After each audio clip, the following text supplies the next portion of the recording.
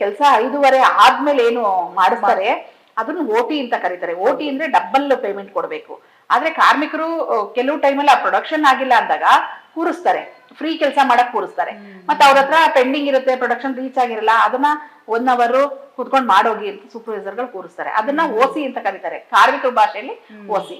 ಬೇರೆಯವ್ರು ಕೇಳ್ತಾರೆ ಏನ್ ಓಟಿ ಕೊಟ್ರ ನಿನ್ಗೆ ಅಂದ್ರೆ, ಇಲ್ಲ ಕಡೆ ನನ್ ಪ್ರೊಡಕ್ಷನ್ ಆಗಿಲ್ಲ, ಓಸಿ ಮಾಡಿದೆ ಇವತ್ತು. ಈ ತರದ್ದು ಸುಮಾರು ಭಾಷೆಗಳು, ಕಾರ್ಮಿಕರ ಭಾಷೆಗಳು ಇದಾವೆ. ಮತ್ತೆ ಹೆಣ್ಮಕ್ಳಿಗೆ ಎಷ್ಟೊಂದು ಸಮಸ್ಯೆಗಳಿರುತ್ತೆ. ಕೆಲಸ ಮಾಡುವಾಗ ಮುಟ್ಟಿನ ಸಮಸ್ಯೆ ಇರುತ್ತೆ, ಅವ್ರಿಗೆ ಯಾವಾಗ್ಲೂ ಕುತ್ಕೊಂಡ್ ಮಾಡಕ್ಕಾಗಲ್ಲ, ಹೊಟ್ಟೆ ನೋವು ಇರುತ್ತೆ, ಏನ್ ಅರ್ಥ ಮಾಡ್ಕೊಳಲ್ಲ ಯಾರು. ಆದ್ರೆ ಅವ್ರು ಮಾಡೋ ಅಂತ ಕೆಲ್ಸನ, ಅವ್ರು ಮಾಡೋ ಪ್ರೊಡಕ್ಷನ್ ಕೊಡ್ಲೇಬೇಕು. ಕೊಡ್ಲಿಲ್ಲ ಅಂತಂದ್ರೆ ಕರ್ಕೊಂಡು ಹೋಗೋದು, ಕ್ಯಾಬಿನ್ ಅಲ್ಲಿ ಇರಿಸೋ ಅಂತದ್ದು, ಎಲ್ಲಾರ ಮುಂದೆ ಬೈಯುವಂಥದ್ದು.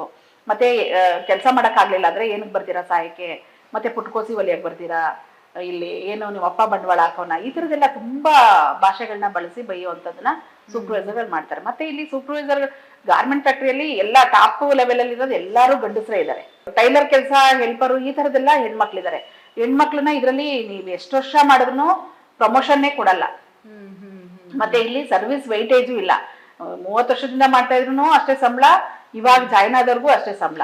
ತುಂಬಾ ಒಂಥರ ಬೇರೆ ತರದ್ದೇ ಇರಲ್ವ ಇದ್ರಲ್ಲಿ? ಇನ್ಕ್ರಿಮೆಂಟ್ ಅದೇ ಹೇಳಿದ್ನಲ್ಲ ನಾನು, ಮಿನಿಮಮ್ ವೇಜಸ್ 3 to 5 years ಒಂದ್ಸತಿ ರಿವೈಸ್ ಮಾಡ್ಬೇಕು. ಮತ್ತೆ DA ಕೊಡ್ತಾರೆ 1 ವರ್ಷಕ್ಕೆ ಒಂದ್ಸತಿ. ಅದು ಸಾಕಾಗಲ್ಲ. ಅಟ್ಲೀಸ್ಟ್ ನಮ್ಮ ಗೌರ್ಮೆಂಟ್ 6 ತಿಂಗಳಿಗೆ ಒಂದ್ಸತಿನಾದ್ರೂ DA ಇನ್ಕ್ರೀಸ್ ಮಾಡಕ್ಕೆ ನೋಡ್ಬೇಕು. ಯಾಕೆ ಅಂತಂದ್ರೆ ಲಿವಿಂಗ್ ಕಾಸ್ಟ್ ಮೇಲೆ ನಾವೆಲ್ಲಾನು ಕ್ಯಾಲ್ಕುಲೇಷನ್ ಮಾಡೋದಲ್ಲ. ಲಿವಿಂಗ್ ಕಾಸ್ಟ್ ಜಾಸ್ತಿ ಇದ್ದಾಗ ಅಟ್ಲೀಸ್ಟ್ 6 ತಿಂಗಳಿಗೆ ಒಂದ್ಸತಿ DA ನ ಮಾಡಿದ್ರೆ ಕಾರ್ಮಿಕರಿಗೆ ಹೆಲ್ಪ್ ಆಗುತ್ತೆ. ಮತ್ತೆ ಗ್ರಾಜ್ಯುಟಿ 5 ವರ್ಷಕ್ಕೆ ಕೆಲಸ ಮಾಡಿ ಬಿಡ್ತಾರಲ್ಲ, ಅದು 1 ವರ್ಷಕ್ಕೆ 15 ದಿನದ ಸಂಬಳ ಇದೆ. ಅದನ್ನ ಅಟ್ಲೀಸ್ಟ್ 1 ತಿಂಗಳು ಕೊಟ್ರೆ, 1 ವರ್ಷಕ್ಕೆ 1 ತಿಂಗಳದ್ ಕೊಟ್ರೆ ಇನ್ನೂ ಒಂಚೂರು ಹೆಚ್ಚು ಬೆನಿಫಿಟ್ ಸಿಗುತ್ತೆ ಅವ್ರಿಗೆ.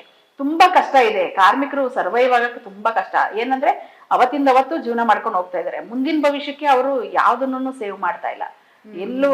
ಮತ್ತೆ ಹಳ್ಳಿಗಳ ಕಡೆಯಿಂದ ಬರ್ತಾರೆ, ಅವ್ರಿಗೆ ಏನು ಹೆಣ್ಮಕ್ಳ ಹೆಸರಲ್ಲಿ ಯಾವುದೇ ಪ್ರಾಪರ್ಟಿ ಇರಲ್ಲ, ಏನು ಇರಲ್ಲ. ಮಕ್ಳನ್ನ ಸಾಕ್ತಾರೆ, ಗಂಡ ಕುಡ್ಕಾ ಇರ್ತಾನೆ, ಅವನೊಂದಷ್ಟು ಕಿತ್ಕೋತಾನೆ, ಈ ತರದ್ದೆಲ್ಲ ಇದ್ದು ತುಂಬಾ ಅವ್ರ ಭವಿಷ್ಯನೇನೆ ಮುಂದೆ ಏನಂತಾನೆ ಗೊತ್ತಿರಲ್ಲ ಆ ತರದ್ದು. ಆದ್ರೆ ಮಕ್ಳ ಭವಿಷ್ಯ ಚೆನ್ನಾಗಿರ್ಬೇಕು, ಗಂಡ ಚೆನ್ನಾಗಿರ್ಬೇಕು. ಮತ್ತೆ ಕಾರ್ಮಿಕರಿಗೆ ಹುಷಾರಿಲ್ಲ ಅಂತಂದ್ರೆ ಮೆಡಿಕಲ್ ಸ್ಟೋರ್ಗೆ ಹೋಗಿ ಮಾತ್ರೆ ತಗೊಳ್ತಾರೆ. ಅದೇ ಗಂಡ ಮಕ್ಳಿಗೆ ಹುಷಾರಿಲ್ಲ ಅಂದ್ರೆ ಮಾತ್ರ ರಜಾ ಹಾಕ್ತಾರೆ, ಅವ್ರನ್ನ ಕೇರ್ ಮಾಡ್ತಾರೆ, ಅವ್ರನ್ನ ಹಾಸ್ಪಿಟ್ಲ್ ಕರ್ಕೊಂಡು ಹೋಗ್ತಾರೆ. ಅದೇ ಈ ಹೆಣ್ಮಕ್ಳಿಗೆ ಹುಷಾರಿಲ್ಲ ಅಂದ್ರೆ ಮೆಡಿಕಲ್ ಸ್ಟೋರ್ ಮಾತ್ರೆ ನುಂಗ್ಬಿಟ್ಟು ಕೆಲ್ಸಕ್ಕೆ ಹೋಗ್ತಾರೆ. ಈ ತರದ್ದು ನಮ್ಮ ಹೆಣ್ಮಕ್ಳದು ಮನ್ಸು ಈ ತರದ್ದು. 85-90% ಹೆಣ್ಮಕ್ಳೇ ಇದ್ದಾರೆ. ಟಾಪ್ ಲೆವೆಲ್ ಅಲ್ಲಿ ಸೂಪರ್ವೈಸರ್ ಕ್ಯಾಟಗರಿ ಮತ್ತೆ ಕಟಿಂಗ್ ಮಾಸ್ಟರ್ಗಳು ಆ ತರದ್ರಲ್ಲಿ ಮಾತ್ರ ಗಂಡು ಮಕ್ಳಿದ್ದಾರೆ. ಆಲ್ಮೋಸ್ಟ್ ಹೆಣ್ಮಕ್ಳೇ ಕೆಲಸ ಮಾಡ್ತಾರೆ. ಸೂಪರ್ವೈಸರ್ ಇರ್ತಾರೆ, ಫ್ಲೋರ್ ಇನ್ಚಾರ್ಜ್ ಇರ್ತಾರೆ, ಪ್ರೊಡಕ್ಷನ್ ಮ್ಯಾನೇಜರ್ ಇರ್ತಾರೆ, ಮೇಲೆ ತುಂಬಾ ಜನ ಕ್ಯಾಟಗರಿಯಲ್ಲಿ ಇರ್ತಾರೆ. ಟಾಪ್ ಲೆವೆಲ್ ಅಲ್ಲಿ ಇರ್ತಾರೆ.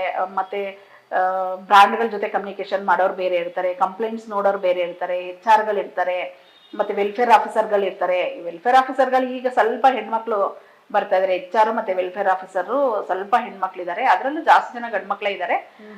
ಈ ಲೆವೆಲ್ ಅಲ್ಲಿ ಗಂಡ್ಮಕ್ಳು ಇರ್ತಾರೆ. ಇನ್ನ ಕೆಲಸ ಮಾಡೋದೆಲ್ಲ ಹೆಣ್ಮಕ್ಳೇನೇನೆ. ಇವಾಗ ಇಷ್ಟೊಂದು ಸಮಸ್ಯೆಗಳಿದೆ ಹೆಣ್ಮಕ್ಳಿಗೆ.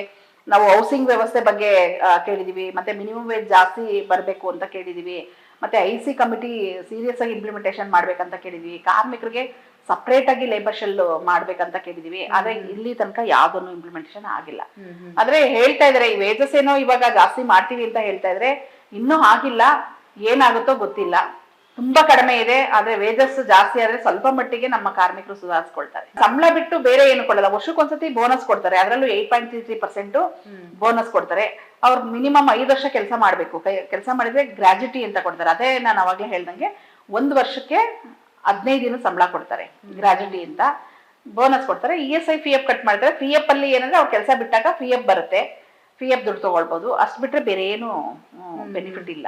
ನಮ್ಮ ವಿಜಯವಾಹಿನಿ ನ್ಯೂಸ್ ಚಾನೆಲ್ನಲ್ಲಿ ಪ್ರಮೋಷನ್, ಜಾಹೀರಾತು, ಅಡ್ವರ್ಟೈಸ್ಮೆಂಟ್ ನೀಡಲು ಸಂಪರ್ಕಿಸಿ 9535808456.